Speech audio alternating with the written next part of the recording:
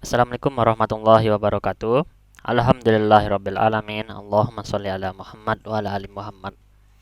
Pada kesempatan ini, Bapak akan mempresentasikan dan memperkenalkan kepada Ananda semua suatu model pembelajaran terkhusus untuk pembelajaran praktikum. Model pembelajaran tersebut yakni model pembelajaran Flipped Direct Instruction atau FDI berbantuan simulator.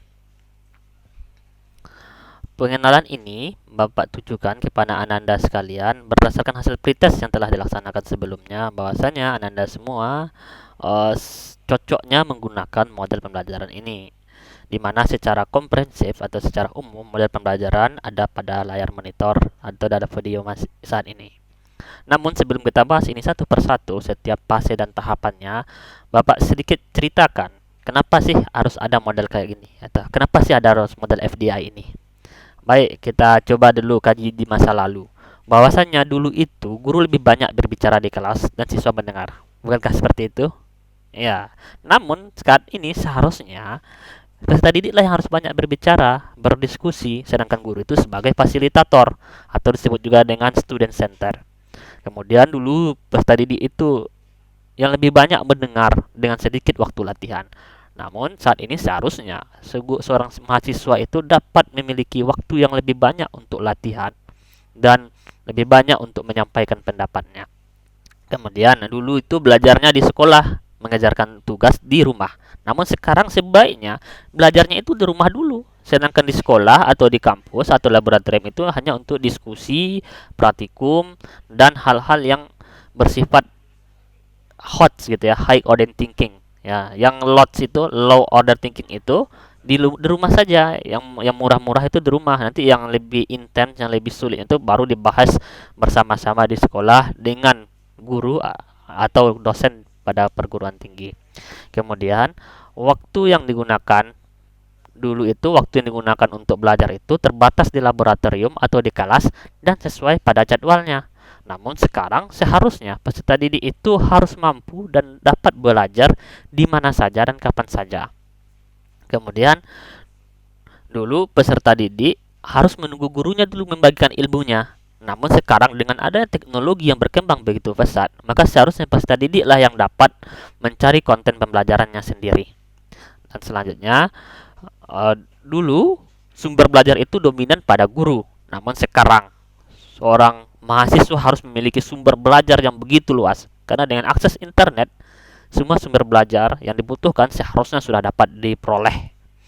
Dan dulu belajar itu hanya di kelas dan di lingkungan sekolah, namun sekarang belajar itu dapat di mana saja dan kapan saja dengan berbagai teknologi seperti virtual atau saat ini kita akan menggunakan berbantuan simulator. Itulah kondisi dulu dan sekarang yang harus kita rubah dan tidak mungkin kita pertahankan lagi seperti hal dulu. Karena saat ini ada beberapa tantangan yang sangat mendesak dan sangat urgen harus kita selesaikan dan harus kita akomodasi dengan baik, seperti tantangan industri 4.0 dan abad 21, di mana pada industri 4.0 seorang lulusan pada suatu jenjang pendidikan harus mampu memiliki yang namanya literasi digital, kemudian literasi teknologi dan literasi manusia. Sedangkan di abad 21, sekarang ini abad 21 lah. Abad 21 itu mulai dari tahun 2000 sampai tahun 2100.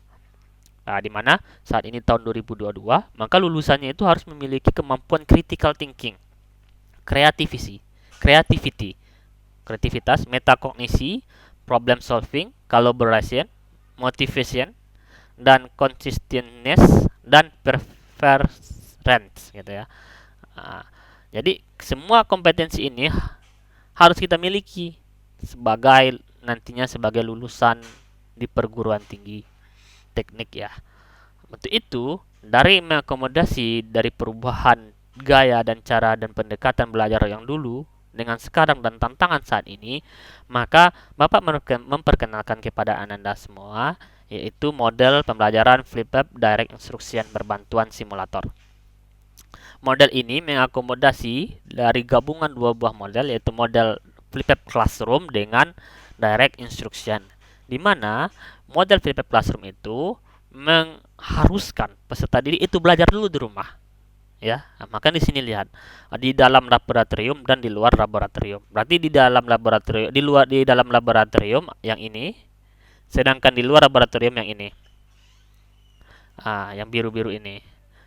Ah, Pertama kita mulai dulu yang di luar laboratorium yang ini. Ah, Apa yang harus Ananda kerjakan sewaktu di luar laboratorium? Karena ini pelajaran praktik, berarti di laboratorium kita gunakan. Yang pertama itu adalah orientasi. Ya, ini tahap pertama, orientasi. Nanti Bapak akan membagikan kepada Ananda semua bahan-bahan pelajaran yang dibutuhkan untuk Ananda untuk belajar di rumah.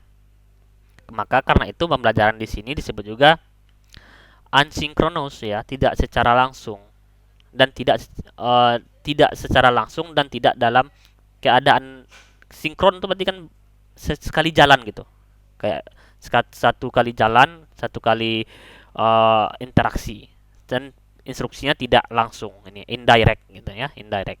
Maka pembelajaran secara pada tahap orientasi ini Ananda harus menonton video pembelajaran yang Bapak bagikan. Kemudian ini satu dua ini adalah landasan teorinya, ya. Landasan teori yang digunakan untuk pada fase ini. Ada Vanek dan Joyce and Weil.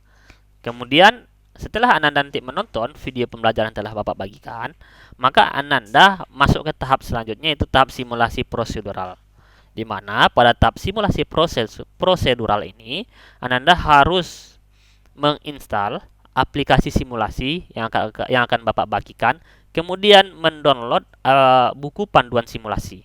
Kemudian setelah Ananda download nanti buku panduan simulasi, Ananda silahkan kerjakan simulasi berbasis prosedur untuk pengenalan alat dan prosedur praktik terstruktur.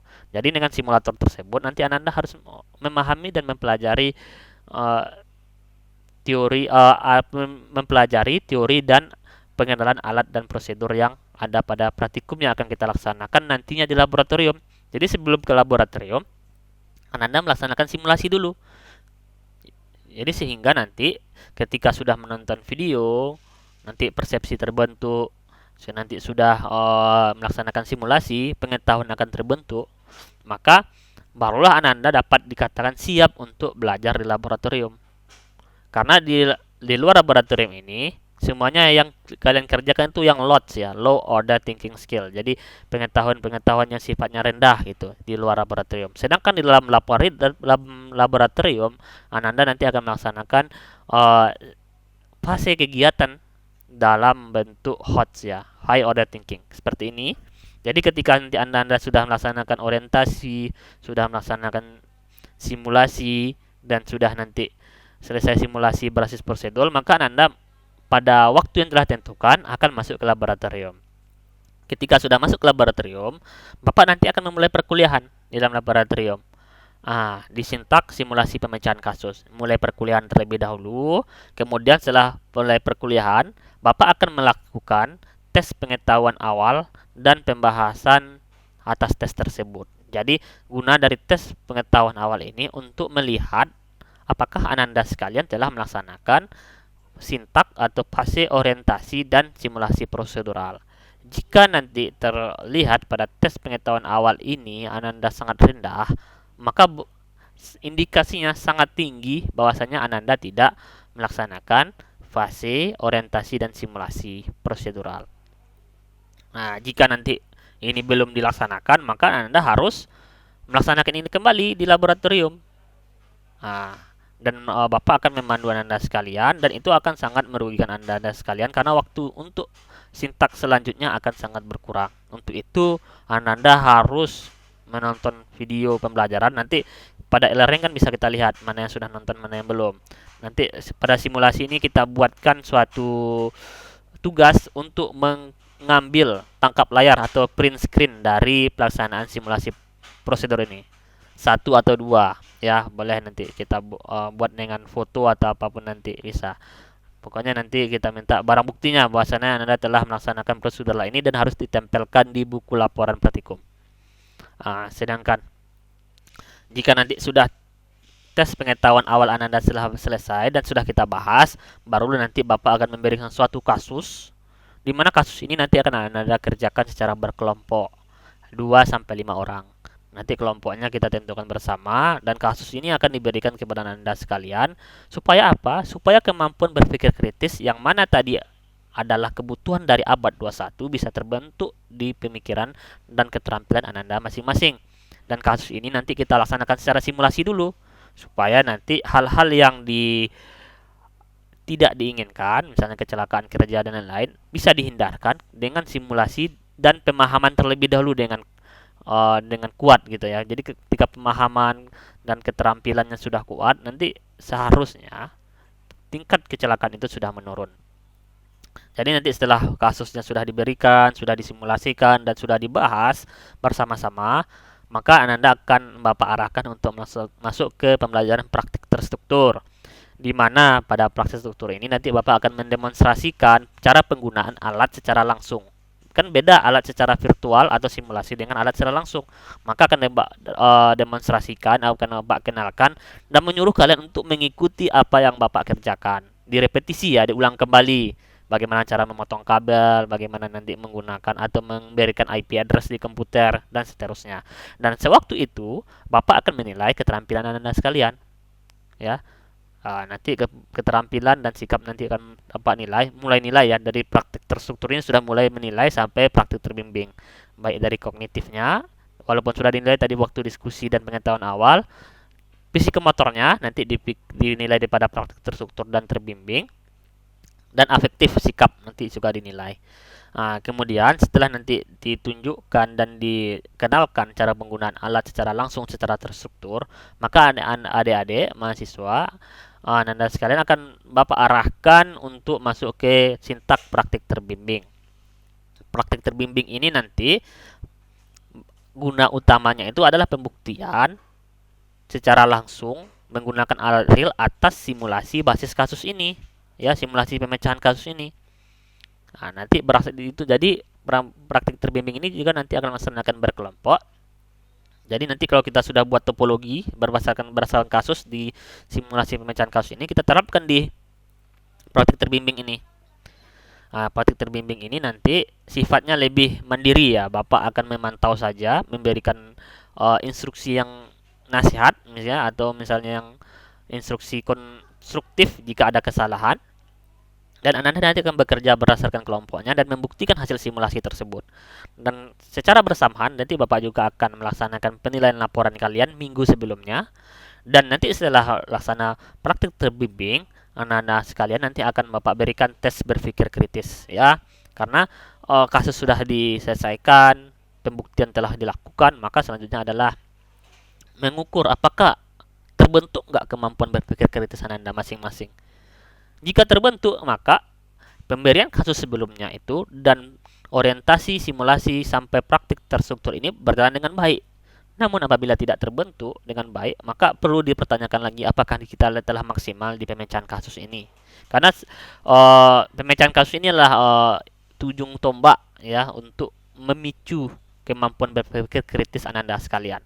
Nanti setelah tes kemampuan berpikir kritis selesai, maka Anda akan Bapak bawa dan Bapak akhiri perkuliahan di laboratorium dengan memberikan suatu reminder bahwasanya perkuliahan itu belum selesai loh. Anda harus belajar lagi di rumah. Karena satu SKS pembelajaran itu tidak hanya di laboratorium, satu SKS di laboratorium, satu SKS di rumah, dan satu KS lagi membuat tugas. Namun tugas di sini hanya fungsinya untuk penguatan ya, praktik mandiri dan sifatnya lots. Karena lots itu pengulangan saja ya.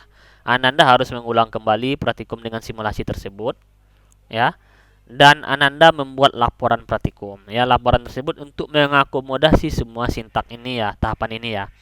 Nanti orientasi, nanti ada laporan atau bukti bahwasanya Ananda telah nonton video. Mungkin boleh dengan nonton videonya di laptop, dipakai selfie di selfie laptopnya dengan yang telah nonton. Kalau enggak, bagaimana caranya nanti bisa dengan Camtasia atau print screen juga boleh, atau nanti dengan gunakan ini seperti alat perekam video ini, bisa nanti dengan itu, atau simulasi prosedural nanti sudah diinstal aplikasinya di foto. Nanti dua foto ini sudah ada nanti di laporannya. Kemudian di laboratorium nanti di foto juga bagaimana pemecahan kasus ini dan ditulis poin-poin pentingnya atas setiap kasus yang telah kita laksanakan. Nanti setelah setiap kelompok menyelesaikan kasus, kelompok tersebut akan menyampaikan hasil dari uh, pemecahan tersebut. Begitu juga dengan kelompok-kelompok lainnya, dan akan terjadi di situ komunikasi, diskusi antara siswa dan difasilitasikan oleh dosen. Jadi situlah disebut dengan student center tadi. Ya, jadi Ananda sekalian sudah belajar mandiri dengan kemampuannya sendiri dan harus tahu apa yang akan dia pelajari. Barulah di sini praktik struktur nanti akan Bapak bimbing lagi untuk mengenalkan alat-alat secara langsung ya.